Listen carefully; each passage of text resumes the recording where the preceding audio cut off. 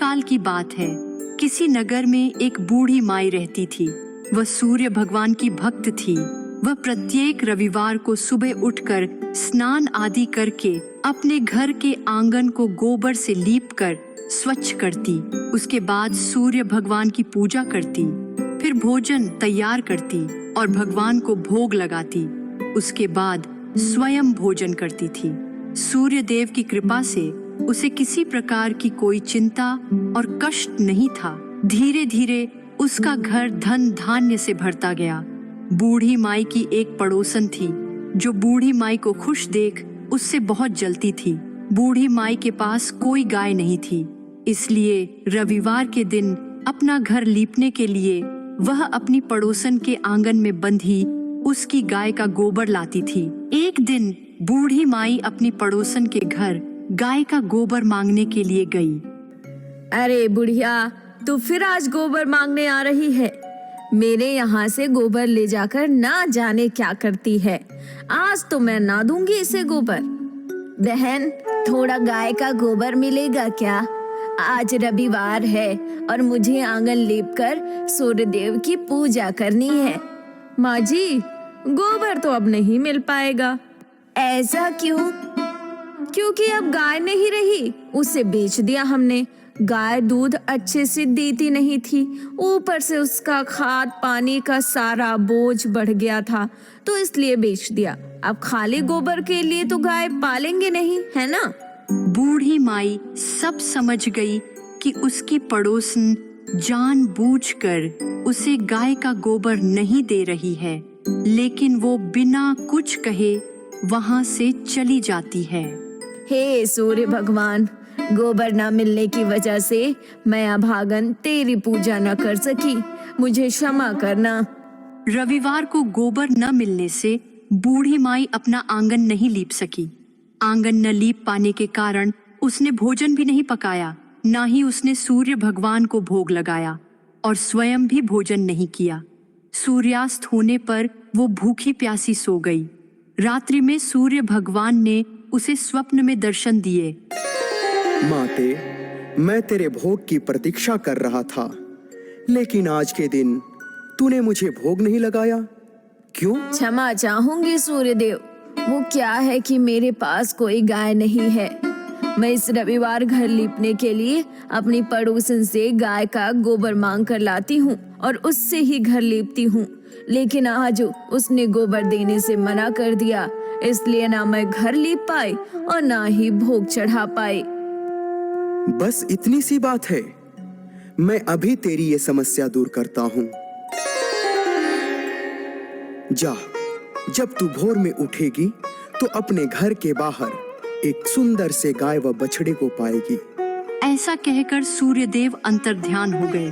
प्रातःकाल सूर्योदय से पूर्व उस बूढ़ी माई की आंखें खुली तो वो उठकर अपने घर के बाहर गई। वहां एक सुंदर गाय और बछड़े को देखकर वो हैरान हो गई। वो समझ गई कि ये सब सूर्यदेव की माया है। हे सूर्यदेव, आपकी माया अद्भुत है। जय सूर्यदेव, जय सूर्यदेव। ऐसा कहकर बूढ़ी माई वापस अपने घर में चली जाती है। उसी समय वहां से उसकी पड़ोसन गुजर रही थी। उसकी नजर उस गाय और बछड़े पर पड़ती है। हे राम, ये सुंदर सी गाय इस बुढ़िया के घर में क्या कर रही है? तभी गाय ने सोने का गोबर किया। गोबर को देखकर उसकी आंखें फटी की फटी रह गईं। ये क्या जादू है? ये तो गाय सोने का गोबर कर रही है। पड़ोसन ने उस बूढ़ी माई को आसपास न पाकर तुरंत उस गोबर को उठाया और अपने घर ले गई तथा अपनी गाय का गोबर वहां रख आई। गाय प्रतिदिन सूर्योदय से पूर्व सोने का गोबर किया करती थी। अब वो रोज सुबह जल्दी उठ जाती और बूढ़ी माई की गाय के गोबर करने का इंतजार करती और बूढ़ी माई के उठने के पहले पड़ोसन उस गोबर को उठाकर ले जाती। बूढ़ी माई को सोने के गोबर के बारे में कुछ पता ही नहीं चला। सोने के गोबर से पड़ोसन कुछ ही दिनों में धनवान हो गई। वो पहले की तरह हर रविवार को सूर्यदेव का व्रत करती रही और कथा सुनती रही। एक रात सूर्य भगवान ने तेज आंधी चलाई, जिसके कारण बूढ़ी माई ने गाय को घर के अंदर बांध दिया। गाय के अंदर बंधे होने की वजह से उस दिन पड़ोसन उसका गोबर नहीं उठा पाई। भोर में जब बूढ़ी माई गाय के पास आई तो उसने जमी पर सोने का गोबर पाया। ये देख बूढ़ी माई के आश्चर्य का कोई ठिकाना नहीं रहा। ये क्या? ये गाय तो सोने का गोबर देती है, लेकिन आज तक मैंने सोने का गोबर नहीं देखा। हो ना हो ये मेरे पड़ोसन का ही काम है। वो इस गाय का गोबर चुरा कर ले जाती होगी और अपनी गाय का गोबर यहाँ रख देती होगी। अच्छा किया आज मैंने इसे घर के अंदर बांध लिया, वरना इस बात का तो मुझे पता ही नहीं चलता। अब से मैं इस गाय और बछड़े को अपने घर में ही बांधूंगी। उस दिन के बाद बूढ़ी माई गाय को घर के अंदर बांधने लगी।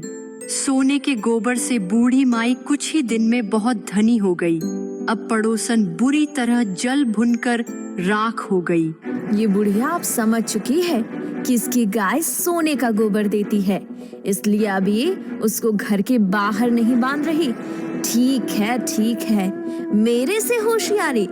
लेकिन इस बुढ़िया को ये नहीं पता कि मैं इससे ज्यादा होशियार हूँ। अगर इस गाय का फायदा मैं नहीं उठा पाई तो उसे भी नहीं उठाने दूंगी। आज ही मैं जाकर उसकी ये बात राजा को बताऊंगी।